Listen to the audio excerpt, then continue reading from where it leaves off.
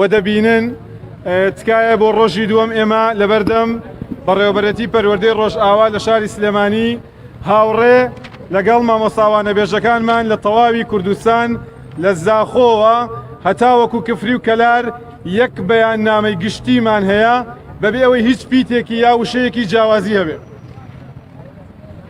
یاداشت و داواکاری مامۆسایانی وانەبێژ لە هەرێم. مامۆسایانی وانەبێژ ساڵانێکی زۆرە خزمەتی نیشتیمان دەکەن لە ڕێگەی پەروەردە و فێرکردنی قوتابیان و خوێنکارانی نیشتیمانەوە، هەر لە قەیرانی دارایی و شەڕی نەگریسی داعش و گەماروی ئابووری حکوومەتی عێراقەوە کە لەسەر حکوومەتی هەرێم بووە و نەبوونی یاسای بودجەش لە هەرێم نەمان هێشتووە کەرتی پەروەردە تووشی شکست ببێ.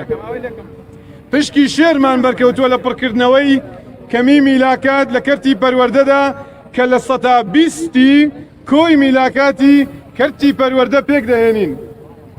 بە دڵسۆزی و بە بڕەشایستەیەشی کەمەوە بەردەوام بووین لەوانە بێژی.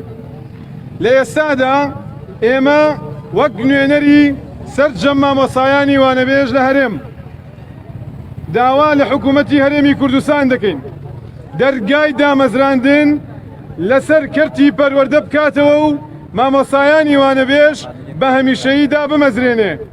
چیتر درێژە بە چینایەتی نەدا لە کەرتی پەروەردەیە.